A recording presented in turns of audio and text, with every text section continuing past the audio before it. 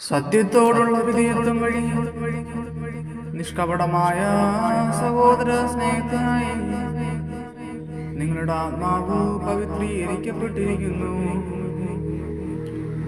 നിങ്ങൾ ഹൃദയപൂർവമായി ഗാഢമായും പരസ്പരം സ്നേഹിക്കുകയും നിങ്ങൾ വീണ്ടും ജനിച്ചിരിക്കുന്നത് നശ്വരമായ ബീജത്തിൽ നിന്നല്ല, പിന്നെയോ അനശ്വരമായ ബീജത്തിൽ നിന്നാണ്,